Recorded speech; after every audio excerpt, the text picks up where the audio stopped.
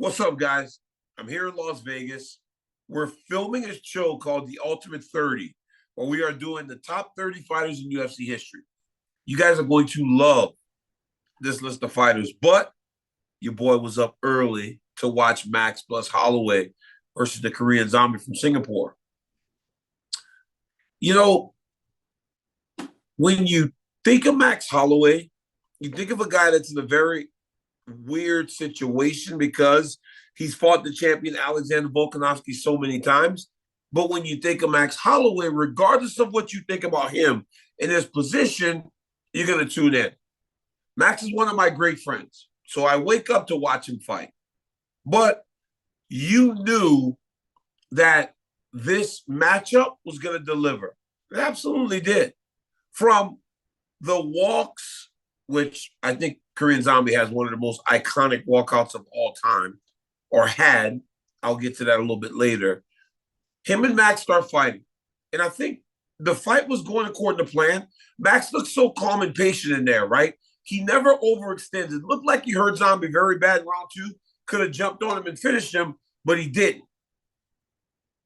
But the way he pokes and the way he prods at you, the way that he comes within range to go outside of range is truly special because not many fighters are operating at this level in the striking and in the stand-up. Max is doing that. Max is spinning guys. Max is moving you. Max is really setting you up with his hands and with his length.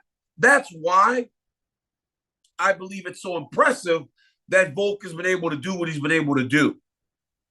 Because that's a hard puzzle to solve. He's not an easy guy to fight. He's long. He's as tough as they come. He's in great shape. And he fights a very smart, calculated approach. While it looks like it's just fun, it's very calculated for Max Holloway. Max was very emotional this week with everything going on in Maui. Very sad. And you could sense it in the press conference, obviously. But even in his post-fight interview, Max wants to deliver the message that everything he's doing right now is for his fellow Hawaiians.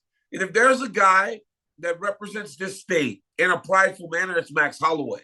From the traditional tattoos to the way that he talks to the way that he carries himself, he's a Hawaiian boy. And he's very proud of it in the way that he fights and approaches life. Tonight he fought like a very tough Hawaiian fighter, and he got the finish. Let's get to the third round. Korean Zombie starts the third round, and he's down 2-0, right? For as close as the numbers may have looked in round one, Max won the first round. Max won the second round. Third round, the Korean Zombie throws caution to the wind. That's one of the reasons he's called the Korean Zombie. He's a guy that has a forward style that's very aggressive, and he does throw caution to the wind. That's why some of his great performances and great fights, especially the Leonard Garcia fights, come to mind. Because he is such a pressure fighter. But this time he decided to not only just fight with pressure, he just said, I'm going after this dude. And he started to land. But when you fight like that against a guy like Max, who's not only willing to stand and trade with you, he does have power.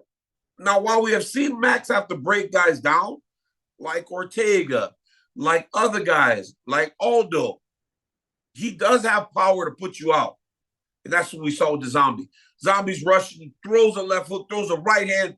Max's right hand lands. Zombie goes down forward. No follow-up shot for Max Holloway. The first time Max dropped him, no follow-up shot, put him in the darts. Second time, Max drops him, no follow-up shot, but no follow-up shot was needed. He was done. He was done. And you can see the emotion run out of Max Holloway, right? He jumps out of the cage, rushes to his family, gets back in there, and he's just, you can see him almost have a sense of relief that it was over. Now, Max and I texted each other a couple of days ago and just kind of talked, and it's always love between me and my brother.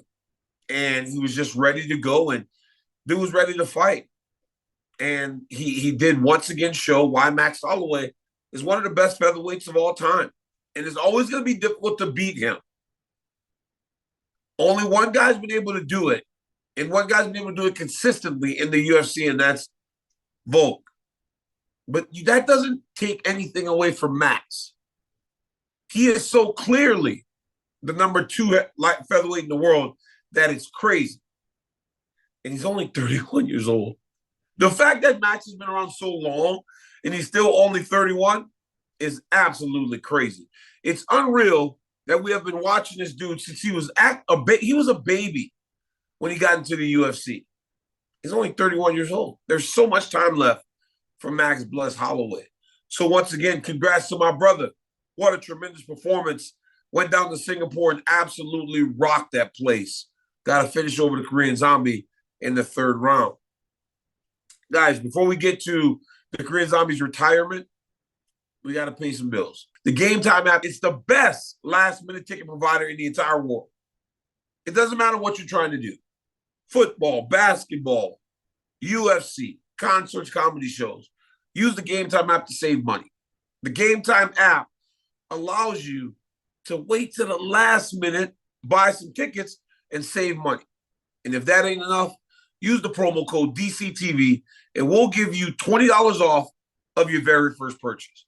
The Game Time app is the worldwide leader in the last-minute ticket purchases in sports and everything else. So no matter where you are, go out and do something fun and use the Game Time app to save money. Download the Game Time app right now and start saving on all the things, the fun things you want to do in this world. Ryan Spann and Anthony Smith fought. Ryan Spann hit Anthony Smith a couple times really hard. Anthony Smith was able to fight through that and get the victory. Well, why is that important? Because, guys, I thought Anthony Smith was done, as did so many others. We thought that this was a guy that was going out there and fighting, making money, but had kind of lost the idea that he could be one of the best in the world. He never said that, but we as the talking heads in the world thought Anthony Smith was done. He proved tonight that that fighting spirit is still there because he couldn't see for a while, and he continued to press and continued to fight, and he got the victory. So hats off to Lionheart. This guy isn't as set on his TV career as I thought.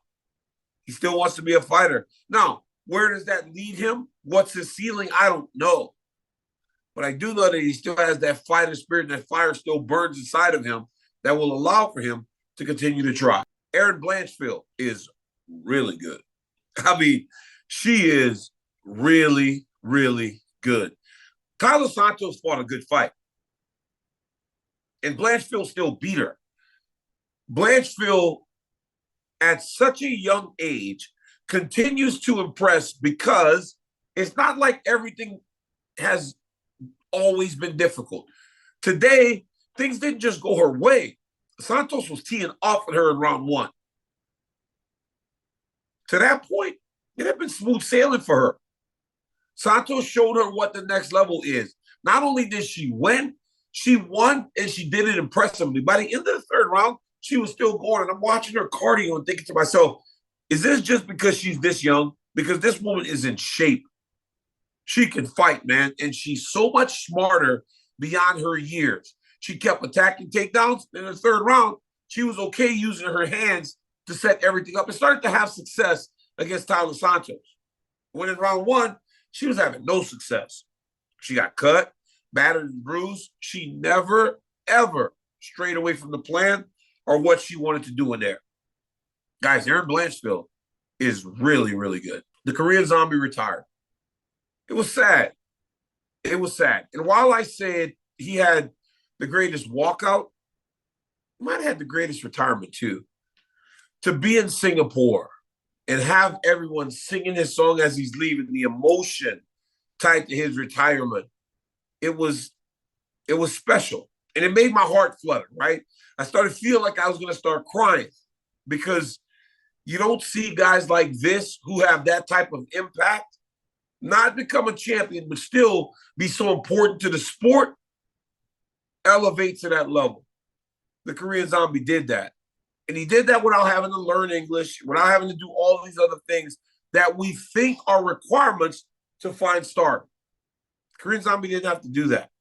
He just was himself. Because he was himself, he possessed a very fun fighting style that drew people in.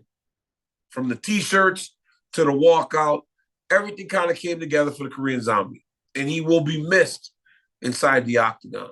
He was a fun guy to watch, and I appreciate his entire career. So, but it was good to see him walk out and his family with his wife and his coaches. I love Eddie Chop. I think he's one of the best coaches, and he cares so much. You can see the emotion on his face when he hugged the zombie.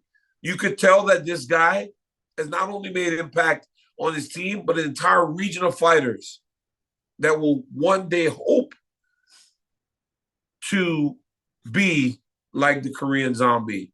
It was amazing, guys. All in all, it was a great night from Singapore. It was a fun fight card, a lot of finishes, a lot of people had breakout performances, and that's really what you want on these fight nights. And to be able to fight in front of the crowd for these guys, it was tremendous. Until next time, guys, like, subscribe, and tell a friend that DC's got a YouTube channel, and I'm constantly dropping content. Until next time, peace.